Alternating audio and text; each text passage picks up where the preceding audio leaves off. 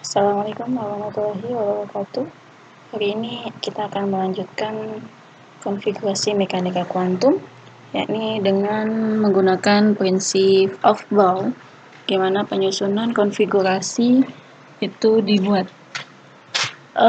Dalam prinsip Aufbau, ini berdasarkan pada pengetahuan sebelumnya, yaitu tentang jenis orbital, di mana orbital itu yang kita ketahui ada 4, ada orbital S, P, D, dan F.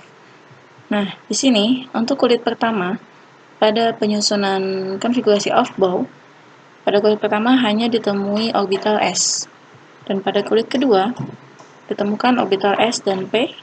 Jadi ini angka 1 dan angka 2 merupakan menunjukkan bahwa kulitnya itu kulit keberapa.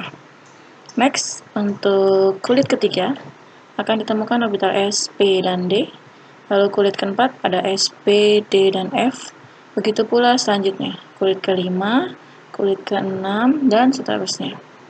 Nah, di sini pada penyusunan konfigurasi elektron berdasarkan Aufbau itu menggunakan tanda panah seperti ini. Ini menunjukkan susunannya.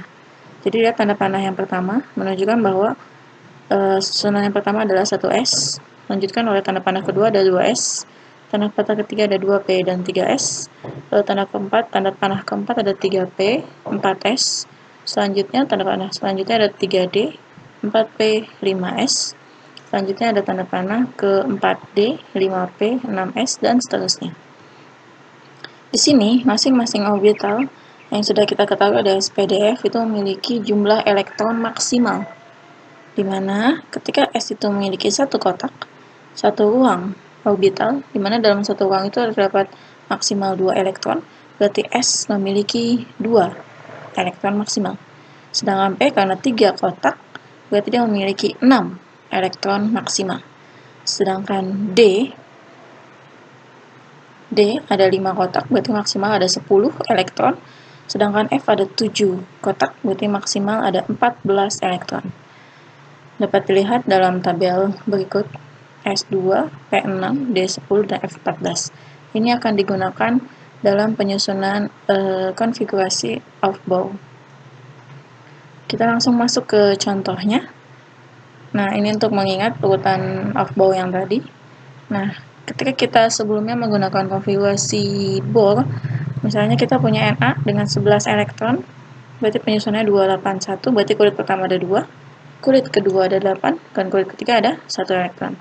Pada penyusunan Aufbau, di sini Na akan menjadi 1s2 karena urutan pertama 1s2. Selanjutnya ada 2s2 karena selanjutnya ada 2s2. Setelah 2s2 pindah panah ketiga ada 2p dengan 3s masuk. Nah, di sini angka di atas adalah elektron maksimal yang tadi ada di tabel. Jadi S itu maksimal 2, makanya dimasukin 2 elektron. Ini udah 2 elektron, berarti sudah 4 elektron, sedangkan kita maunya 11 elektron. Selanjutnya ada 6 elektron. 2 dengan 6 udah 10, berarti supaya menjadi 11 sisanya tinggal 1. Pada penyusunan konfigurasi Aufbau ini dalam mekanika kuantum, aturannya itu sangat mudah, di mana setiap orbital tidak boleh melebihi elektron maksimalnya. Jadi ketika kita punya P itu tidak boleh kita isi lebih dari 6, karena maksimalnya adalah 6. Tapi untuk yang elektron paling terakhir, tinggal kita mengisi kekurangannya saja. Sini udah 10, berarti kurangnya berapa? Oh, kurangnya 1. S kan maksimal 2, berarti bisa kita masukkan 1 elektron. Jadi seperti ini konfigurasi mekanika kuantum menggunakan prinsip Aufbau. Nah, selanjutnya untuk contoh kedua ada Mn. Ini sama, urutannya sama seperti yang tadi. Setelah 3S ada 3P, 4S, lalu 3D. Ini 3S, lalu 3P, 4S, dan 3D. Urutannya sesuai dengan yang ada di Aufbau ini. Selanjutnya, nah, dalam konfigurasi mekanika kuantum ini, dalam penulisan konfigurasi kita dapat menggunakan penyingkatan, di mana penyingkatan ini menggunakan golongan unsur golongan ke-8. Kenapa unsur golongan ke-8? Karena golongan tersebut adalah golongan yang paling stabil. Jadi, ketika kita menggunakan konfigurasi untuk Mn kan sangat panjang. Ini kita bisa dipendekkan dengan cara penyingkatan. Nah, bagaimana caranya? Berikut kita ikuti ya. Di sini ada 25 elektron. Kita lihat di He, Ne, Ar, Kl, Xe, dan Rn. Lihat angka yang mendekati angka 25, tapi tidak boleh melebihi. Harus kurang dari 25. Berarti kita lihat, oh di sini kurang 18, kurang dari 25 kan? Oke, berarti 18 AR itu kita masukin ke konfigurasinya. Nah, setelah AR, kenapa di sini tulis 4S? Karena dalam aturannya setelah AR itu kita akan memasuki 4S. Setelah 4S itu apa? Kita balik lagi ke sini. 4S ada di sini, oh udah habis tanda panahnya. Kita pindah ke tanda panah yang selanjutnya, ketemu 3D. Makanya di sini ditulis 3D. Nah, di sini udah 18, dengan 2 berarti 20. Supaya menjadi 25, berarti sisanya adalah 5. Nah, contoh selanjutnya ada Cu. AR sama, karena 29 ya, dekatnya sama 18. Lalu ada 4S2, lalu 3D9. Supaya jadi 29. Ada FR 87, ini dekatnya dengan 80. Nah, berarti kita bisa pakai 86, lalu 7S. Kenapa 7S? Karena habis RN ada 7S. 1 supaya jadi 87 dengan di sini.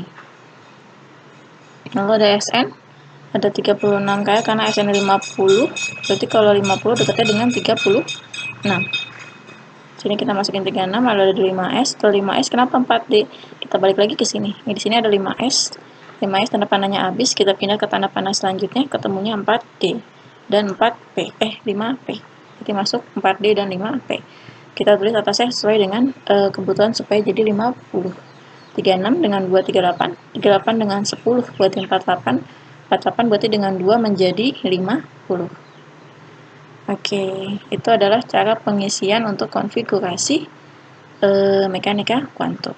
Nah, bagaimana cara menentukan golongan dan periodenya jika kita menggunakan konfigurasi mekanika kuantum? Nah, dalam konfigurasi Bohr, itu hanya bisa menentukan golongan utama saja. Nah, sedangkan pada konfigurasi mekanika kuantum, kita bisa menentukan golongan transisi atau golongan B, di mana kita melihat orbital terakhirnya. Ketika kita melihat orbital terakhirnya S, atau S dan P, itu termasuk ke dalam golongan A. Sedangkan S dengan D itu masuk ke dalam golongan B. Untuk menentukan golongan, kita melihat jumlah elektron valensi. Kita melihat pangkatnya, karena elektron itu dilihat dari angka yang atasnya, atau pangkatnya. Sedangkan periode tetap sama, kita menggunakan kulit yang terbesar kulitnya. Kulitnya itu dilihat dari angka depan, kita ambil angka yang terbesar. Nah, ini yang tadi. Nah, sini kenapa masuk ke golongan 1A? Karena di sini kita pakainya orbital S. Dengan S atau SP masuknya ke dalam golongan A. Berarti di sini ada S, berarti kita pakai S-nya saja. Berarti dia termasuk 1A. Kenapa 1? Karena di sini 1. Kenapa periode 3? Karena angka depannya 3.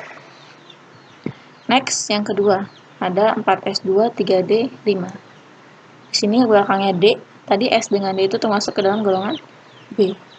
Kenapa golongan 7? Karena 2 dengan 5. Nah, kenapa di sini periodenya 4? Karena angka depannya 4 dan 3 kita ambil yang terbesar. Next, ini sama ya dengan yang di sini. Next ada 4S2, 3D9. Nah, di sini ada 2 dengan 9. Oh ya, S sama D dulu, berarti dia golongan B. 2 dengan 9 itu jumlahnya 11. Nah, pada golongan B itu ada catatan khusus. Ketika kita menemukan jumlahnya elektronnya itu 8, 9, dan 10, itu termasuk ke dalam golongan 8B. Kalau jumlahnya 11, itu masuknya ke dalam golongan 1B. Sedangkan jika menemukan jumlahnya 12, berarti masuknya ke dalam golongan 2B. Karena ini jumlahnya 11, berarti masuknya ke dalam 1B. Nah, ke depannya ada 4 dengan 3, yang terbesar adalah 4, berarti periodenya 4. Sini ada 7S1, sama dengan yang di sini ya. Berarti dia golongan 1A, periodenya 7. Kenapa 7? Karena depannya angkanya 7, kulitnya berarti 7. Nah, jika kita menemukan seperti ini, belakangnya P, tapi sebelum P tidak ada S. Nah, kita tetap berpedoman pada aturan yang awal. Jika P itu, maka pasangannya adalah S. Nah, berarti di sini kita lewati. Kita ambil 5S2 dengan 5P2. Berarti angka atasnya 2 dengan 2. Berarti jumlahnya adalah 4. Berarti golongannya adalah 4A. Kenapa A? Karena S dengan P. Nah, lalu periodenya. Kita ambil angka depan di sini angka 5. Berarti dia periodenya 5. Oke, sekian untuk konfigurasi berdasarkan mekanika kuantum yang penyusunan of Bohr.